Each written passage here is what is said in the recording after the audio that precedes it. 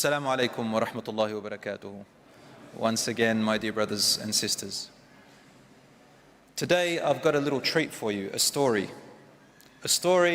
that I delivered 24 years ago. And it inspired a lot of people, it gave them hope. And I want to share that with you, inshallah. And the credit goes out to a great sheikh who was one of those that I listened to in the 90s when I was about 15 years old. His name is Sheikh Belal. And this story, the shaitan may come to you and say that I'm just making it up. However, wallahi, this story, I've confirmed it with people that were involved in it. And the story happens really in Riyadh, in Saudi Arabia, but I think it's going to connect to all of us, inshallah. So here it goes. Bismillah ar-Rahman ar-Rahim. First of all, I want to make an introduction to it. The story is all about repentance and hope. It's about Allah's forgiveness and mercy. It's about when you've hit rock bottom and you've done all the sins of the world, and it tells you, do not give up, for Allah forgives all sins. My dear brothers and sisters, the story begins with a particular sheikh. I don't know the name of this particular sheikh, but he lives in Riyadh and he was on a trip like the one we're on now. I think he went on a conference or a business in one of the neighboring countries to Saudi Arabia. Till today, I don't know which one it is, but apparently it had a place there where it was set up for the Western people to come in to enjoy their alcohol and all the other stuff, as you know. So the sheikh, he says, I had some business to do there. And then after I finished my business, I managed to finish a day before my flight. And then I was extremely tired and exhausted. So I went looking for a place to stay. I didn't know this city. I didn't know what it was like. And I entered a hotel to hire a room. But in that hotel, all I saw was men and women indulging in lustful temptations, drinking wine, music and dancing. I had never seen something like this in my life.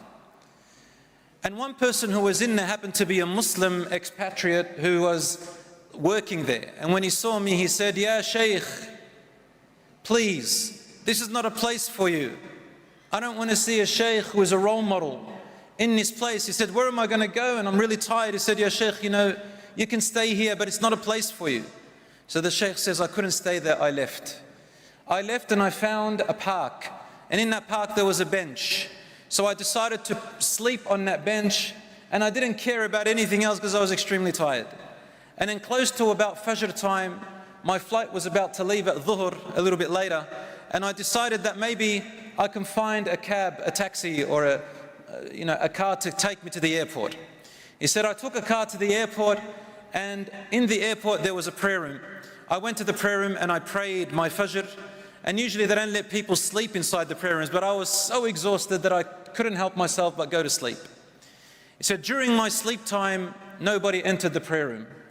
And then close to about 1 hour into my sleep, I wake up to the sound of a cry.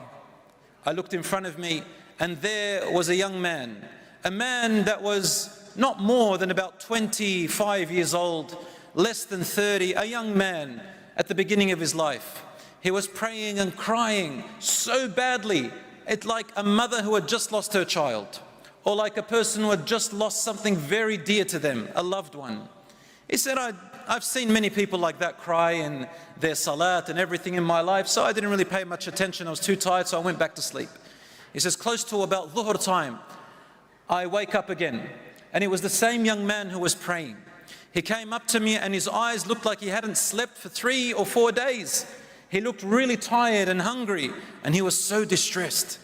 He looked at me, and with shock he said to me, "Ya Sheikh, هل تستطيع أن تنام?" Are you really able to go to sleep? Are you able really to sleep?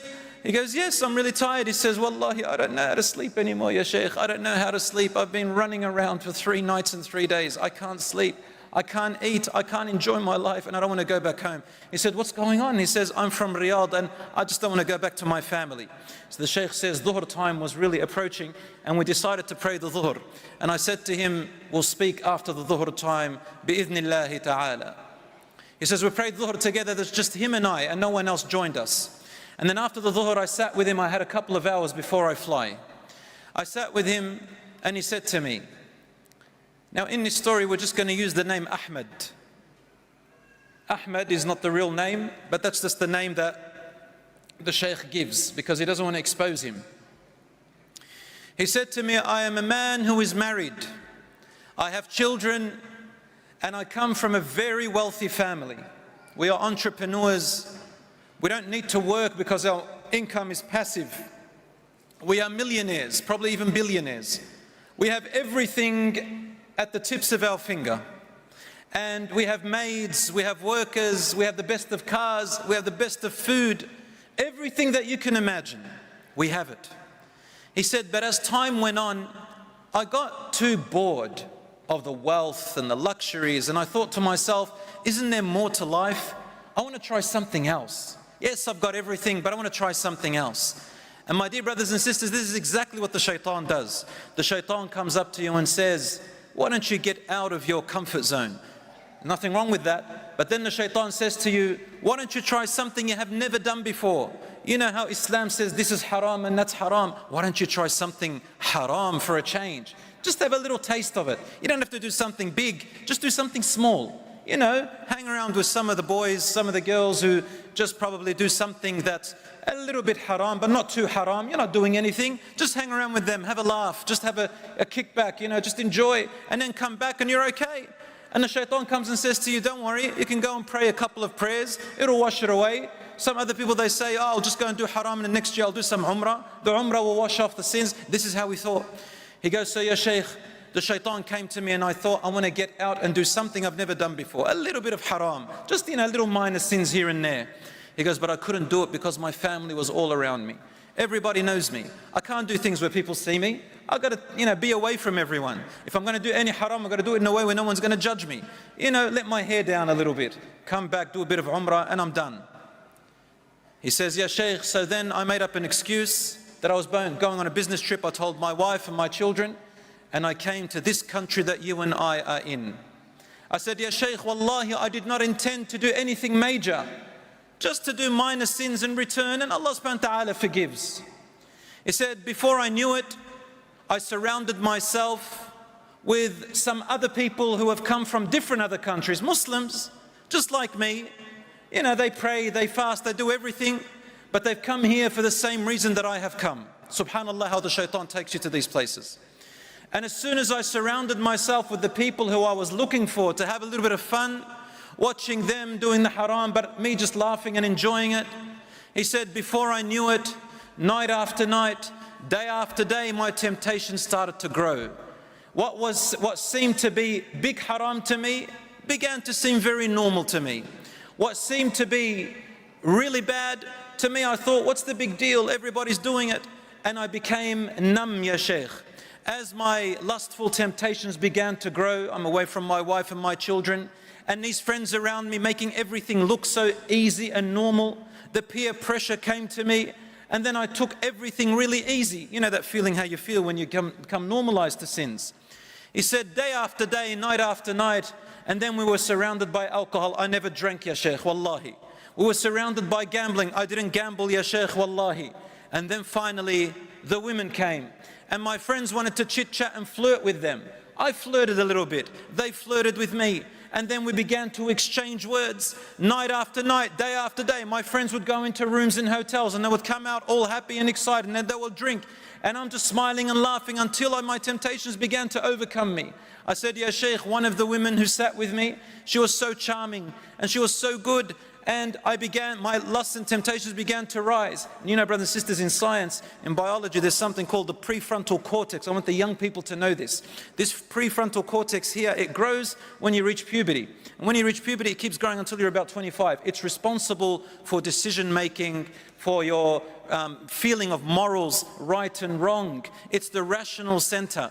So when that prefrontal cortex is blocked, you no longer think rationally, you think with your desires, you think with your emotions.